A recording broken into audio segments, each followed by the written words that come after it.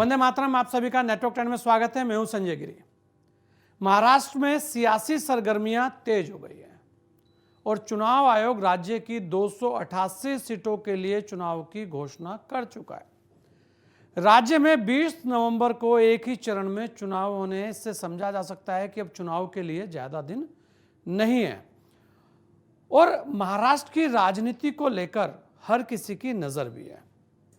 और महाराष्ट्र के अंदर की जो खिचड़ी है और जो महाराष्ट्र का जो दंगल है उस पर भी लगातार पूरे वर्षों में बातें होती रही, चर्चाएं होती रही और महाराष्ट्र में ही घटनाएं बदलती रही। यहाँ तक कि बड़े बड़े दल टूट गए, बड़े बड़े नेता इधर से उधर हो गए। ये महाराष्ट्र की राजनीति का ही एक नज़ारा था कि वहाँ पर सबसे पुराना दल शिवसेना जिसे कहा जाता था और सबसे ताकतवर दल भी था, उसमें भी टूट हो गई। ऐसे बहुत सारे सवाल हैं लोगों के मन में है कि इस वक्त महाराष्ट्र की सियासत किस ओर जाएगी और महाराष्ट्र की सियासत पूरी तरह से उलझी हुई है। बहुत सी बातें अभी भी स्पष्ट नहीं है। बैठकों का दौर जरूर चल रहा है, लेकिन चाहे वो इंडिया हो या एनडीए हो, दोनों ही जगह जो सीट बंटवारा है उसे लेकर मामला उलझा हुआ है और दिक्कत है। इंडिया गठबंधन में ये दिक्कतें थोड़ी ज्यादा है, वहां सीएम चेहरे का सवाल भी अटका है, लेकिन एनडीए में बहुत कुछ स्पष्ट है, लेकिन वहां पर भी अभी धुंध छाई हुई है। आखिर महाराष्ट्र की जो सियासत है वो इतनी उलझी हुई क्यों है? क्यों वहां पर अभी भी दोनों दलों की जो तस्वीरें हैं वो बहुत साफ नहीं हो पा रही हैं? ऐसे बहुत सारे सवाल हैं। अगर देखा जाए तो पहले इंडिया गठबंधन की सियासी दिक्कतों को समझने की कोशिश करते हैं। इंडिया गठबंधन को लोकसभा में 30 सीट हासिल हुई। 17 सीटों पर लड़कर 13 सीटें जीतने वाली कांग्रेस इंडिया गठबंधन का सबसे बड़ा घटक दल है। अब राज्य की 288 सीटों पर सीट का जो फार्मूला है उसे लेकर कुछ उलझन है, कुछ पेच है। सबसे बड़ा सवाल यही है कि हर दल अधिक से अधिक सीटों पर लड़कर अपना वर्चस्व चाहता है, लेकिन सीट शेयरिंग का जो मामला है वो उलझा हुआ है।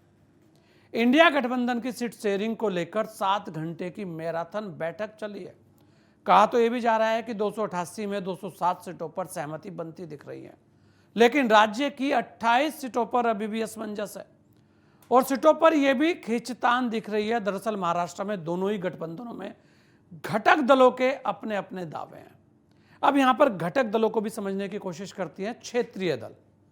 क्षेत्रीय दलों ने राष्ट्रीय दलों की जो मुसीबतें हैं वो बढ़ा रखी है, चाहे वो भारतीय जनता पार्टी की हो और चाहे वो कांग्रेस की हो।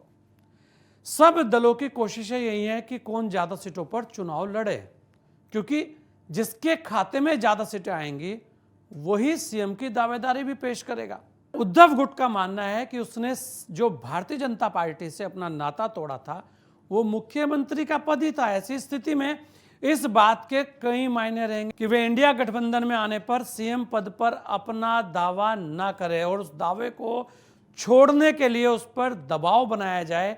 ये बात कांग्रेस या एनसीपी दोनों ही चाहते हैं, लेकिन क्या वास्तव में शिवसेना उस दावे को छोड़ सकती है? नहीं छोड़ सकती। इसीलिए शिवसेना ज्यादा सीटों पर चुनाव लड़ना चाहती है। एनसीपी शरद पवार की जो सरकार बनी थी उसमें उद्धव ठाकरे को ही सत्ता सौंपी गई थी। ऐसे में उन्हें ही 2024 के चुनाव का चेहरा होना चाहिए, यह भी लगातार शिवसेना वहां कहती है। शिवसेना का यह भी मानना है कि उद्धव ठाकरे को सीएम का चेहरा न बनाने पर राज्य में शिव सैनिकों में गलत संदेश जाएगा।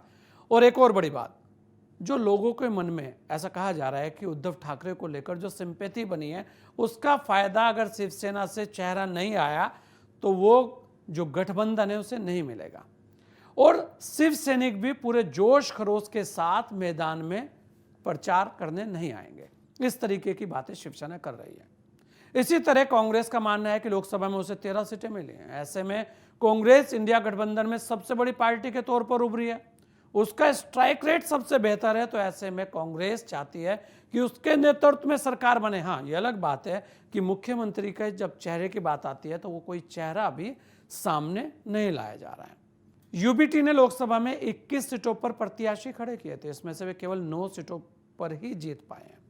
अभी तक बैठकों के कई दौर चल रहे हैं, लेकिन कांग्रेस बार बार यही कह रही है कि पहले चुनाव लड़ा जाए, बहुमत हासिल करने के बाद सीएम पर बात कर ली जाएगी। कांग्रेस के लिए एक बड़ा पेच और फंसा है, क्योंकि हरियाणा चुनाव के जो परिणाम हैं वो उनके अनुकूल नहीं रहे। सियासी हलकों में ये बात जोर शोर से कही जा रही थी कि हरियाणा में अगर कांग्रेस को सफलता मिल जाती है तो ये जो इंडिया गठबंधन है उसमें जो क्षेत्रीय पार्टियां उनका जो दबाव है वो कम होगा। लेकिन जैसे ही हरियाणा में बीजेपी की सरकार बनी उसके बाद स्थिति जो है वो बदल गई। हरियाणा में परिणाम आने के बाद उद्धव ठाकरे गुट हो या एनसीपी गुट हो, सबकी जो आवाज है वो बदल गई है या रुख बदल गया। उनको भी लगता है कि अब हवा जो है वो कहीं और बह रही है। ऐसे में सबसे बड़ी बात यह है कि अब वापस जो क्षेत्रीय दल हैं, जो घटक दल हैं, वो कांग्रेस पर दबाव बना रहे हैं कि आपकी हरियाणा में नहीं चली और आपकी जम्मू कश्मीर में भी नहीं चली। जम्मू कश्मीर के अंदर क्षेत्रीय दल जो है वो मजबूती के साथ आ गया है और हरियाणा के अंदर क्षेत्रीय दल खत्म हुए हैं, लेकिन कांग्रेस वहां पर बैकफुट पर गई है और तीसरी बार वहां पर भारतीय जनता पार्टी की सरकार बनी। देखने वाली बात यह होगी कि जो गठबंधन का स्वरूप है क्या वास्तव में वो स्वरूप के अनुसार टिकटों का बंटवारा हो सकता है। लेकिन यहाँ एक और बात है, समाजवादी पार्टी ने अपने जो 4 कैंडिडेट हैं वो घोषित भी कर दिए हैं।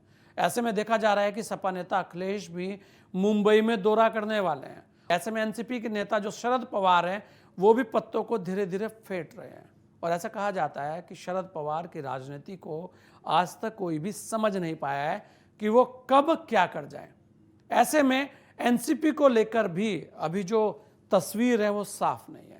कहीं ना कहीं शरद पवार की ओर हर किसी की नजर है, क्योंकि ऐसा लगता है कि शरद पवार ही एक ऐसे व्यक्ति हैं जो महाराष्ट्र में इंडिया जो गठबंधन है उसकी तस्वीर को साफ कर सकते हैं, या हम ये भी कह सकते हैं कि एक मध्यस्थता कर कर सबको उसके अनुरूप सीटों का बंटवारा कर सकते हैं।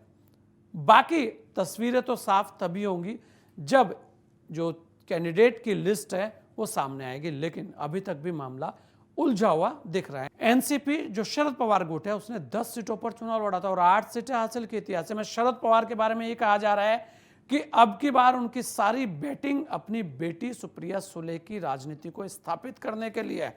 मतलब कि एक मुख्यमंत्री का जो चेहरा है वो सुप्रिया सुले भी हो सकता है या एनसीपी ऐसी मांग कर सकती है। तो ऐसे में देखने वाली बात यह होगी कि महाराष्ट्र की जो राजनीति है उसमें इंडिया गठबंधन के तो पेच है ही हैं, लेकिन साथ साथ जो भारतीय जनता पार्टी का गठबंधन है उसमें भी पेच है, क्योंकि वहां पर भी सीटों का बंटवारा अभी तक फाइनल नहीं है। लेकिन ऐसा कहा जा रहा है कि जो मुख्यमंत्री का चेहरा है वो एकनाथ शिंदे ही होने वाले हैं और मुख्यमंत्री का चेहरा बनने के बाद शायद जो एकनाथ शिंदे की शिवसेना है वो कुछ ज्यादा सीटें भारतीय जनता पार्टी को दे सकती है।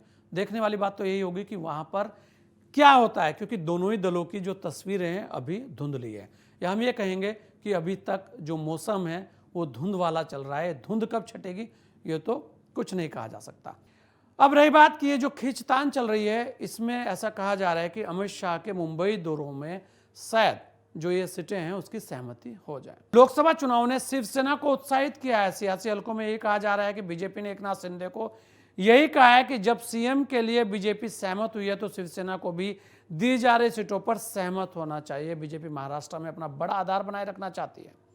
एनडीए में भी खींचतान मुंबई क्षेत्र को लेकर बनी हुई है। शिवसेना मुंबई में अपनी पकड़ बनाए रखना चाहती है, जबकि बीजेपी शिवसेना की निर्धारित सीटें ही उसको देना चाहती है। मुंबई की करीब 3-4 सीटों पर अभी मामला फंसा हुआ है। एनसीपी अजित पवार को लेकर बड़ी उलझन तो यही रही है कि आखिर ये पार्टी रहेगी कहां, लेकिन अब यह तय सा दिख रहा है कि अजित पवार एनडीए में ही रहकर चुनाव लड़ेंगे।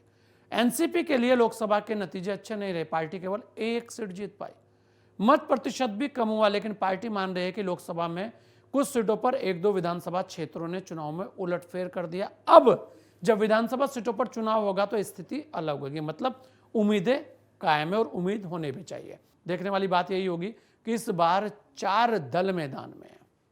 महाराष्ट्र में अजित पवार, सुप्रिया सुले। एनसीपी कभी 1 थी, आज 2 हैं। भाई बहन चुनाव मैदान में सामने होंगे। उसके अलावा ऐसी स्थितियां एकनाथ शिंदे की शिवसेना और उद्धव ठाकरे की शिवसेना, 2 दल यहां भी लड़ेंगे। हाँ, यह अलग है कि सिंबल सबके अलग अलग होंगे, लेकिन चुनाव का जो नज़ारा है इस बार बड़ा रोचक नज़ारा है।